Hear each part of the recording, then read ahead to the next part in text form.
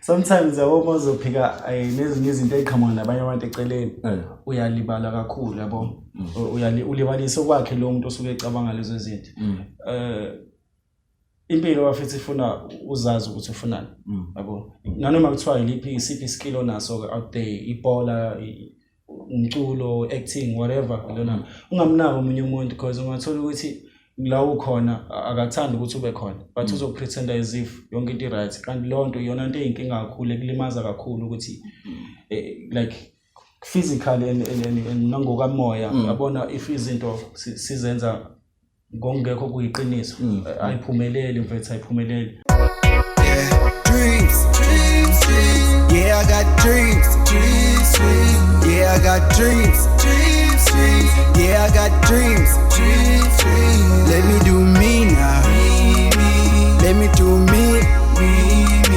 Let me do me now. Let me do me.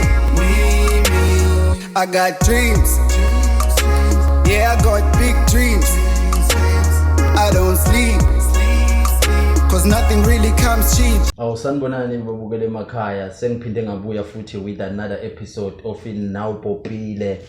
Namhlanje ke ngiphethe a brother of mine lana esihlangane naye kwi event khona event ade performa kuyona la Gold Rush.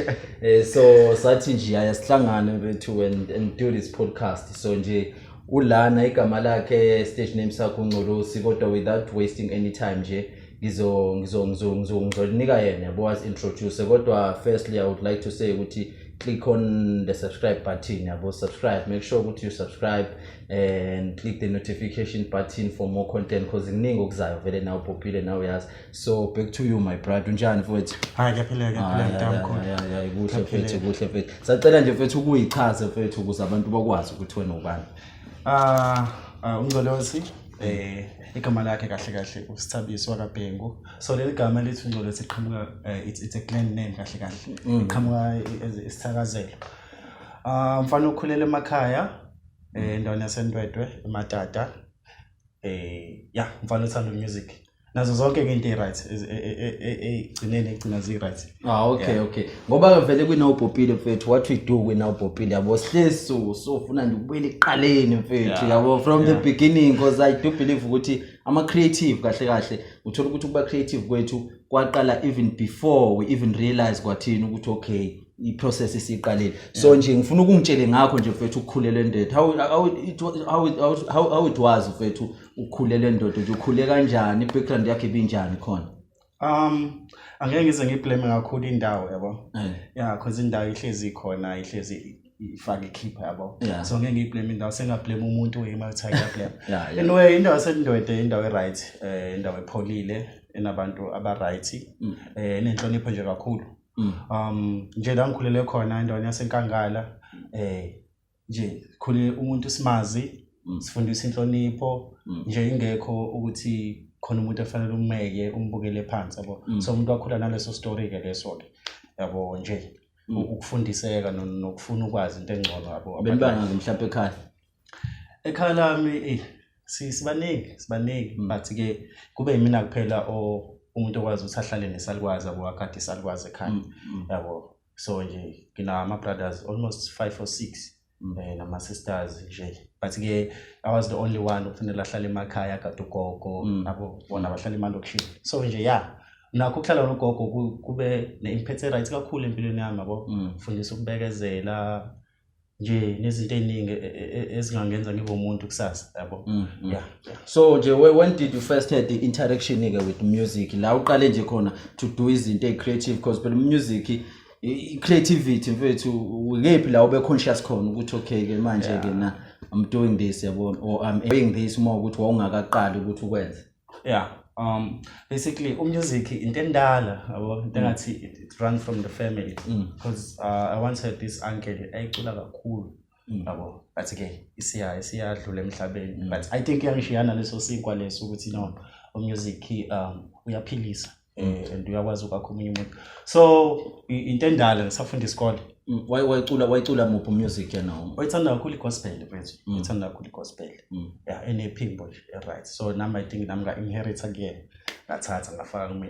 So into endala from esikoleni Awusakuphi lapho use high school or mhlawumbe use primary kusukela ngincane nje umuntu mhlawumbe ngimuzwa ePorish icathula yabo umuzwe huba yabo nje yonke lonto nami ngithanda okunye mhlawumbe ngimlekelele yabo nje kuyinto esinebond naye yabo lonto so yeah alale ngokuthula futhi naye and hopefully futhi spirit sakhe sahamba nawe futhi because that's one thing that never dies futhi yona yonke into futhi iyadlulela nje to the next one so uqala ke manje ke futhi because umusic owenza ini hip hop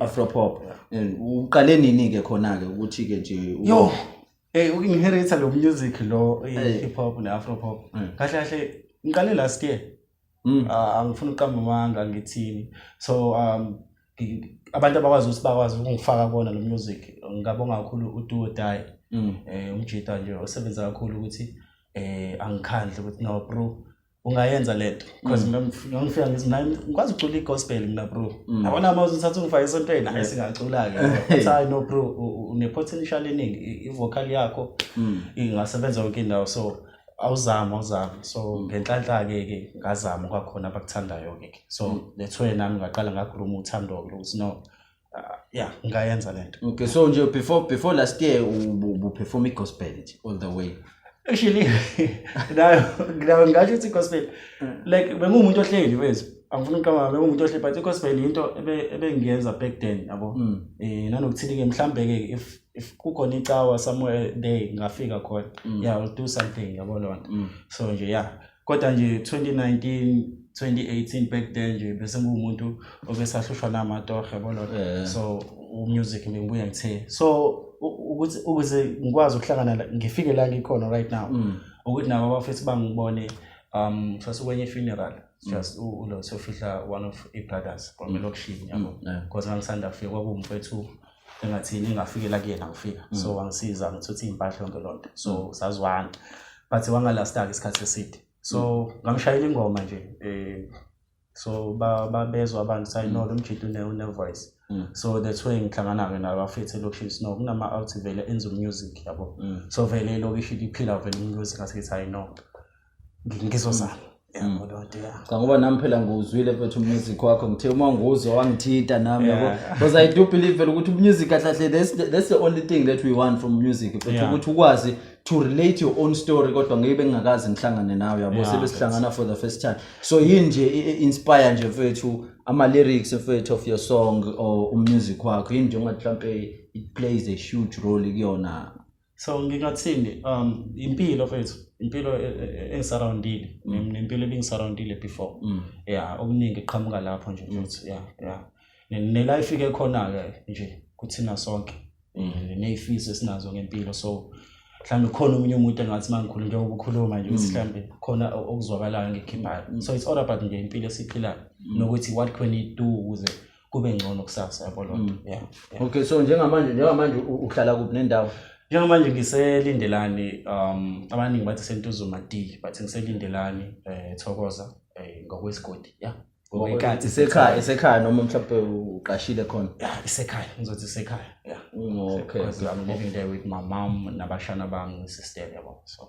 isekhaya okay manje ama gig uyawashaya njengamanje are you performing going to places bese nje isenami kuwona lo nyaka kuzona lezi inyanga lezi ngokunyaka kuphela ngike bana inhlanhla ukuthi abantu bangithathe and then kunayo ibhutile engihamba naye khona la sowangisa khona just nje ukuthi abantu bakwazi ukusizwa so ngiyawenza ama gig no mfethu ngiyathanda mfethu ukuzwa abantu mfethu be passionate kanjena mfethu about what they do because kulesikhathi mfethu siphila kusona masokhuluma iqiniso naba for ikhona vele mfethu ukuthi sizenzele mfethu izinto because no one mfethu is coming to save us and uma ukuthi sizoyitshela ukuthi khona umuntu ozayo ngempela we will end up yabona not doing anything yabo so manje are you signed mfethu or mhlambe are you open to signing with ama recording label ihamba kanjani i procedure yakho when it comes to that oba manje ngasayinwa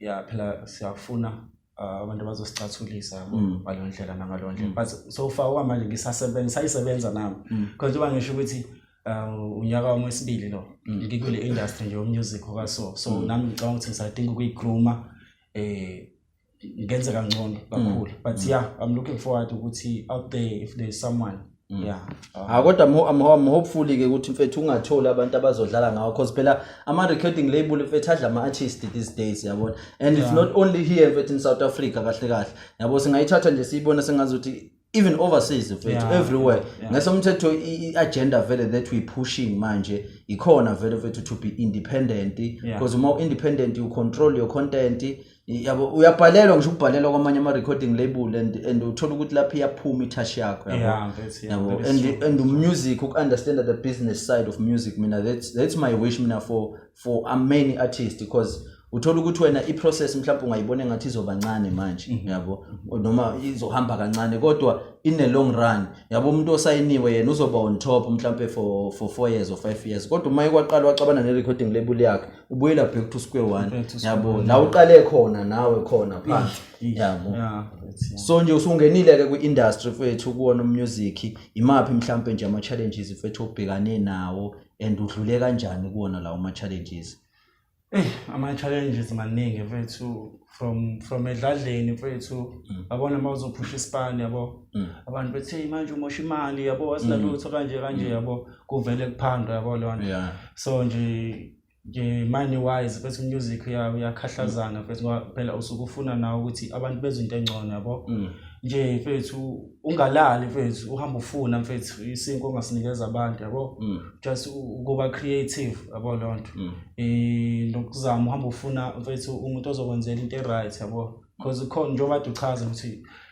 ama pirates mfethu up there akhona maningi uthola ukuthi even ama companies or umuntu uthola ukuthi uyakuza sano ngiyancane ispan yabo egcineni ispan asithatha asenze budlapha ngendlela yakhe yabo lonto so maningi ama challenges wena mfethu engisengiwabonile namanye futhi engicathi asazokavela yabo because i-industry fethu ayikho lula ayikho lula yakhona ke industry sempini kahle sempini so nje mabavikanga kahle inqebo zogodukanayo ngempela so nje akukho kusiza ukuthi fethu umuntu abe cautious ayibheke yena fethu ukuthi yina ebalekile yabo lonto because vele umzima into ekhona lapha ngaphandle so kufanele idlule kuyona because indlela elula ayinayo ngathini ukuphumelela okuphakathi yabo iba nezinto ezishesha iphela lapho because asifundi mfethu asifundi yabona siwe sindizile into ukuthi sifike la sifika khona so awukusho nje ukuthi mfethu because phela manje yabo especially ama artists mfethu mina I do feel like ngathi ama artists ayatestwa mfethu with depression yabo if you are an artist mfethu because manje you have to create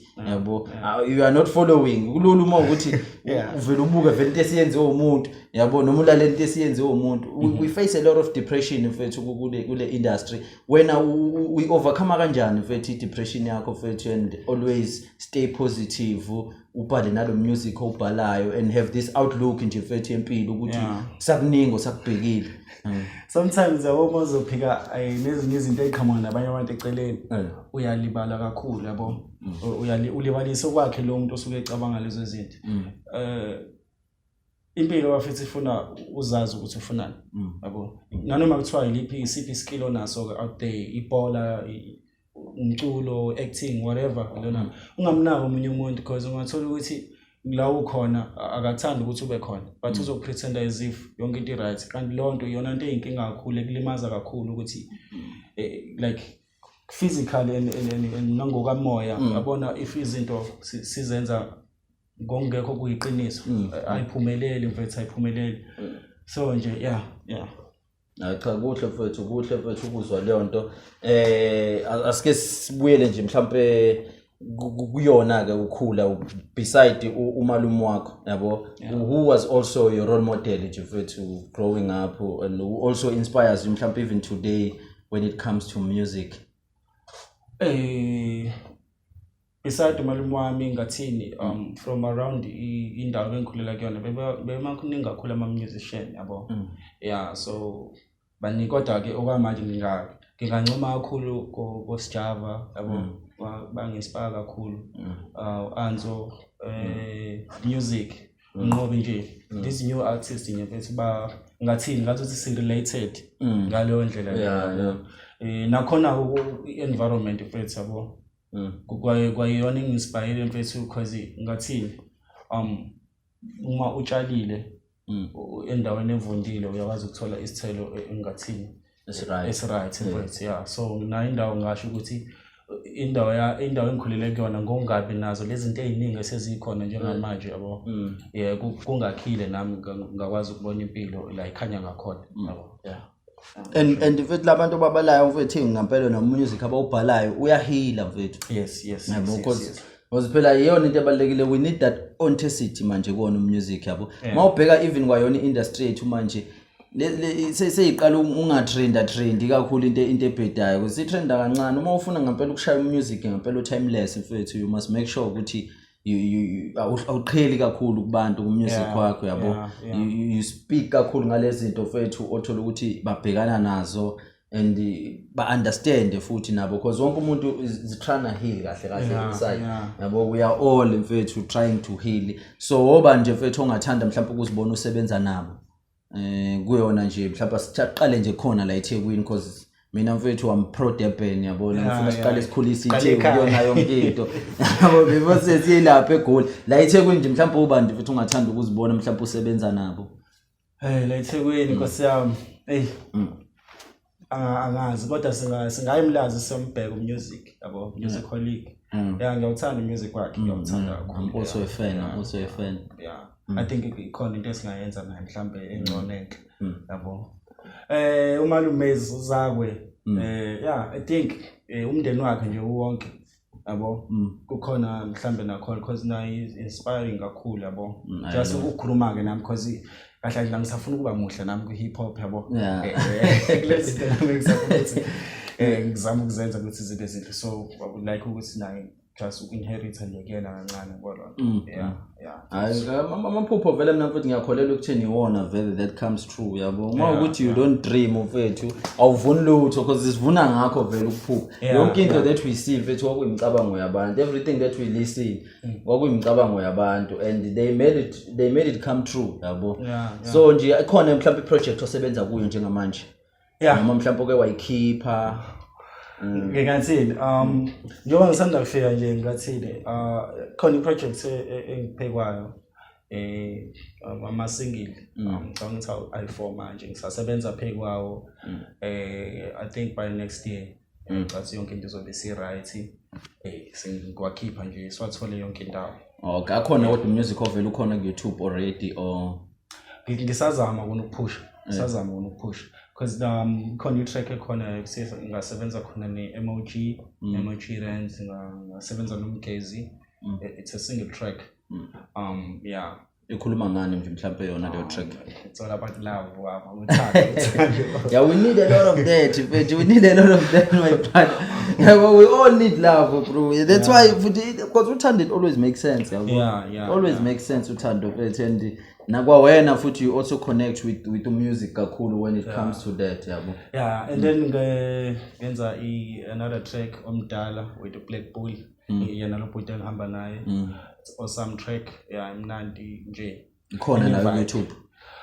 bese singayifaka YouTube kodwa on the 1st of December ne 1st of December izotholakala akushuthi abantu ke they must watch out yabona make sure ukuthi you watch out 1st of December yaphuma ingoma yabo yaphuma ingoma because phela we need to support and luckily ke vele le video will already yabona be on the socials vele when it comes to that and bazobe sebeyibonile because ngempela we need to support one another yabona kwa main mfethu when it comes out yabona izofika I will also share it in fact and also put it kwamanye futhi ama project esisebenza kuona mfethu just nje to push culture because yabona yonke into iqala kanjena mfethu and then we go up yabo from here so nje my brother nje mhlambe for wena mfethu because ngiyathanda ukuthi ngikhulume kakhulu ngalento le the South African dream yabo because I do believe ngazuthina we got it mixed somewhere we don't know ukuthi kahle what is the South African dream yabo because before 94 umuntu ayithethe it's freedom that is the South African dream but after 94 it was education ukuthi you must go to school go to varsity kodwa even kwalapho manje because it's khona lapho and it's collapsing yabo kunalokho i-creativity yona that is taking place. So for wena mfethu, what can you say ukuthi is the South African dream nje for wena umuntu angakhula nje mfethu naye phupha ukuthi enzeni ukuze abe successful? Engakusho mfethu ukuthi umphako umuntu uyawazi umphako ofaka esikhafutinini azowudla ukuthi ngizoba right yabononto. Isinto engasisho ukuthi bafethu ithuba lihlezi likhona nanomnini kukwenza usebenzisa kanjani yabo. Isado usebenzisa budlapha noma ulisebenzisa kahle. Kodwa into ebalekile ukuthi since njengoba senza music kanje aba inspire abantu ukuthi benze into right. Asingahlezi isixuma, asingahlezi emaphathini. Yes, ngeke phela singajabuli but asakheni because siyalahleka kakhulu bafethu siyintsha. Sigcwele emgwaqeni bafethu senza ama drugs. Izinto besingakhulanga siyifisa ukuthi singazenza lezo yabona.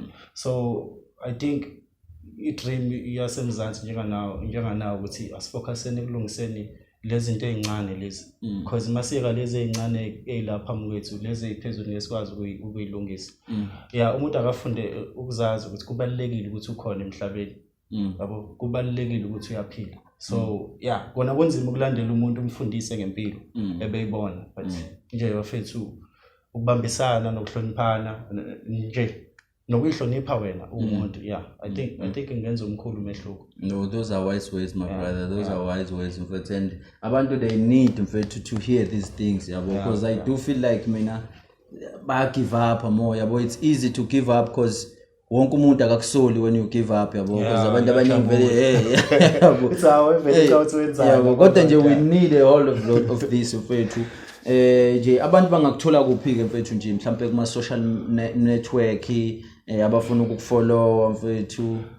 Okwamanje akabi nginingi kakhulu. Engakusho nje ngathola Facebook Sithabiso Bhengu.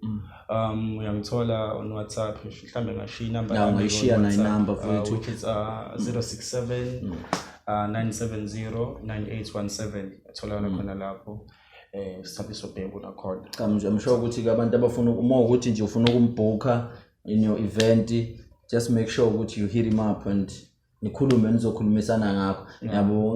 Ngalanjiswa kama artist yabo, because mina lento yokulanjiswa kama artist ayangizwa kahle. Yabo yazi mfethu kulula mfethu ukuthi uthi uma uyi artist uthola stress obhekene naso mfethu, it's emotional stress kuphela, kungaba ama financial stress, because uma sekuhlangene kokubili uyabona ukuthi ngisho nabo abantu since besuke bengenayo faith vele when we starting this emakhaya vele babona ukuthi ayingeke ngempela nami yabo ngeke ngize ngifike lapha. So nje mfethu siyadinga ukuthi ngempela abantu bakubooka mfethu nawe ube everywhere mfethu and grow mfethu, because yona into esifunayo yona yonke into mfethu i-growth, uzibone na usukwenye level mfethu la ofisa ukuthi uzibone khona njengamanje.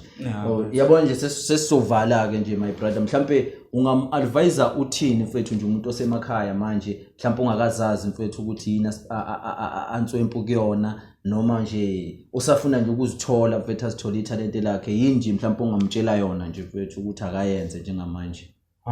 Engakusho ukuthi guys, I've been there emakhaya bafethu. I know ukuthi izinto ama-fertilities okwenza izinto zibe ngcono azikho eduze kwethu, zikude kunathi bafethu. Akukho kudlula ukusukuma, chase your dream. Chase your dream nje mfethu, ungaphela amandla yabo lonto noma kuhlaba kunameva mara dlula ushone ngale mfethu, kuzokwenzeka. Ngeke ngenzeki kancane kancane nje mfethu, kuzokwenzeka. So nje it's only hope ukuyimisela and then nje ukokwenzayo ukwenzisisa. I think upusha okwenza ukuthi umuntu aphumelela ephambili yabo, rather than ukuthatha lama shortcuts la angakasise endawo egcineni. So asiphusheni phela. No, ngiyabonga kakhulu my brother. Ngiyabonga kakhulu mfethu, hopefully sizophinde shine nenye futhi podcast in the future. Sesibheke la sibheke khona mfethu. Ngifisela nje okuhle kodwa mfethu yabo, ngifisela nje amaphupho akho mfethu aphumelele, yonke imicabango yakho mfethu ibe reality and ufike la ufuna ukufika khona. Hayi, kubonga mina. Ngithanda ukubonga kakhulu ngiyaxolisa. Ngithanda ukubonga kakhulu uSantana Morena, ngisiza kakhulu khona ingoma nje yami yokuqala ngashaya naye abantwana bami eGoli.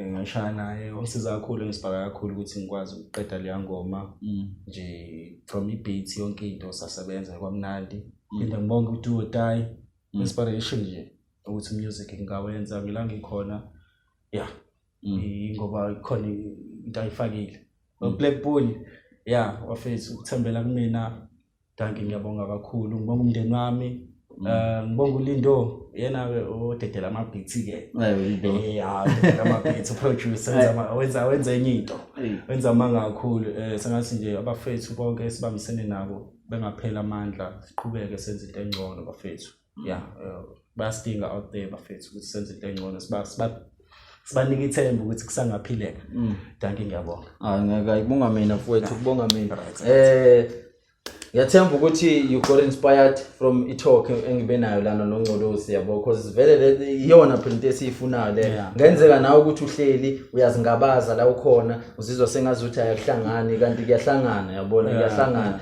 just keep moving interact nabantu because yonke into vele iqhamuka khona ekutheni sihlangane nabantu yabo so nje mawukuthi ubungaka subscribe on the page make sure ukuthi you subscribe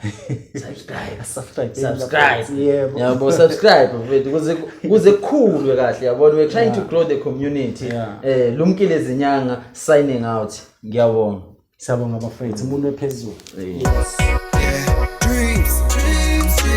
Yeah, I got dreams. Yeah, I got dreams. Yeah, I got dreams. Let me do me now. Let me do me. Let me do me now. Let me do me. I got dreams. Yeah, I got big dreams. I don't sleep.